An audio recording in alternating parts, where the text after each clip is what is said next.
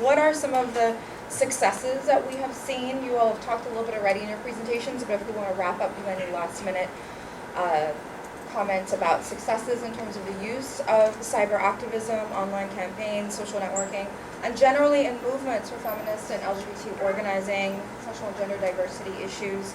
Are there anything that you want to mention as a success as we move to the floor? I think we covered all of the successes. Yes, we did. Okay, great. So we'll move to questions and open up the floor for questions. I want to just reinforce Cedriann's notion around challenging this self-perception that we're homophobic people. That's, I think, even as LGBTI people, we're invested in this notion that, Caribbean people are homophobic, and I think, online spaces and those kinds of dialogues provide powerful opportunities to begin to undo and reshape what the norms are. And we need to invest in that, I think, a lot more. Because we don't do ourselves or the nation any justice when we hold on to this idea that, we talk food. And also, I'll use my moderator privilege and say that the Caribbean IRN, which Colin and I have been working on that project together since 2008, we created a collection, a multimedia collection driven by Caribbean Voices. And the title of the collection is Theorizing Homophobias in the Caribbean, Complexities of Place, Desire, and Belonging. And we use the URL CaribbeanHomophobias.org specifically to combat the Time article that whenever you type in Caribbean homophobia, that was the first thing that would come up, that Jamaica is the most homophobic place on earth, ?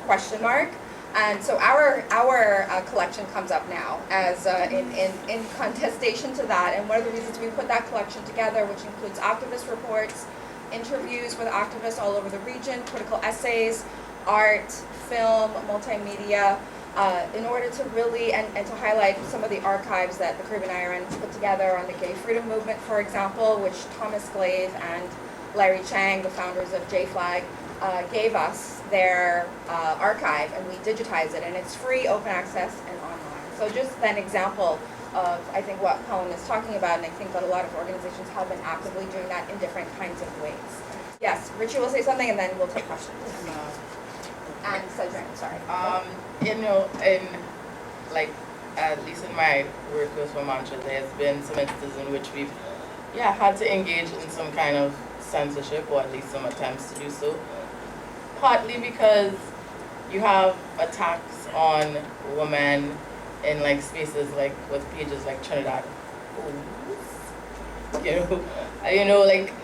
those kind of spaces where it's not necessary. I know, I'm not straight. Those need, spaces like those need to be shut down. Of course, you need to engage with the individuals, but there are also spaces in which, I don't want to say that they're beyond all hope, but they're very, they're misogynistic spaces in which you can tell there's not going to be any productive discussion.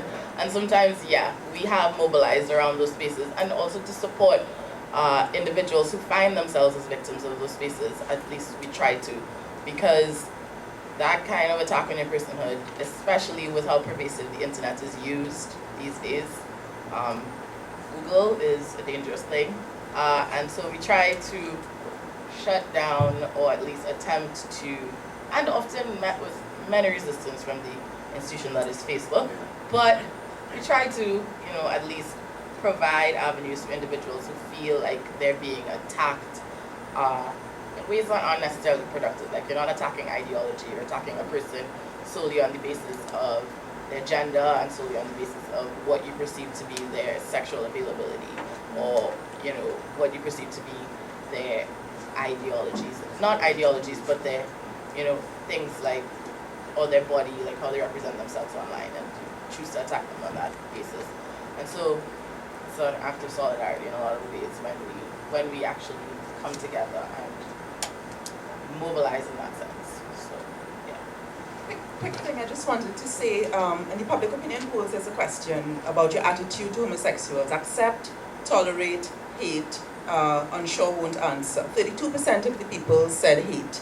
That same sample gave you that 78% result in terms of you shouldn't treat people differently on the basis of their sexual orientation. And it says to us that despite whatever reservations people have about this issue, they can be reasoned with.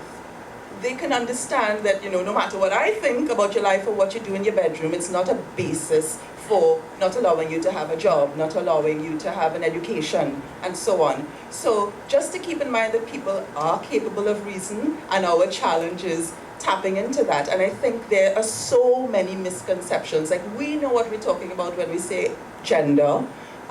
We know what our gender is. There's so many misconceptions about that UNAIDS agenda about homosexuality, or the CAISO agenda about gay marriage.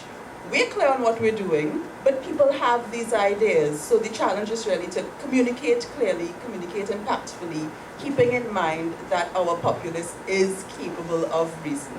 We shouldn't be as pessimistic as we sometimes are. Sure, jump in. And this is it. I have any questions. I wanted to beat up on UNAIDS a little bit. Sure. And that, gay men have benefited, I think, more than women from HIV policy advocacy at an institutional level. And it's a concern that we need, as gay men, to raise about why young women and girls haven't got, I think, sufficient attention in HIV policy work at the domestic level as well as from international institutions. And there's been pushback around that.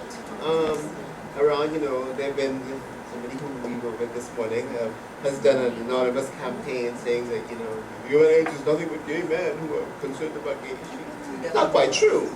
But there has been insufficient attention to the needs of women and girls, and we need to be able to be each other's advocates in that regard, because it's not, if I advocate for you, I lose.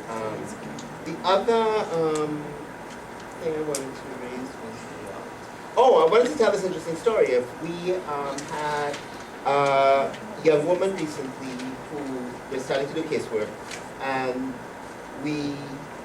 she's married, and she's been suffered family violence because of her bisexuality. And we try to get her placed in a shelter as CAISO. Well, that didn't work out too well. And one of the shelter operators, these are,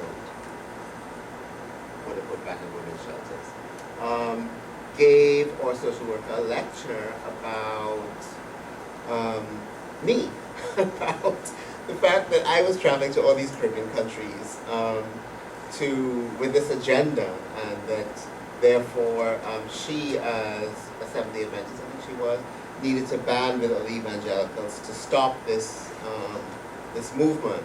So it's just another illustration of kind of the work we need to do on some of these intersectionality issues, and kind of helping people understand that, look, so these are educable moments. The challenge for us is now we referred a young lesbian who'd been victimized by her family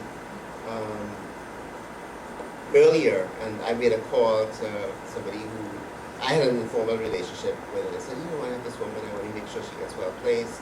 And she said, oh, no, that's not what we do. So, there's work to be done, I think, on both sides in terms of kind of broadening what we understand gender-based violence to be and how we work together around it.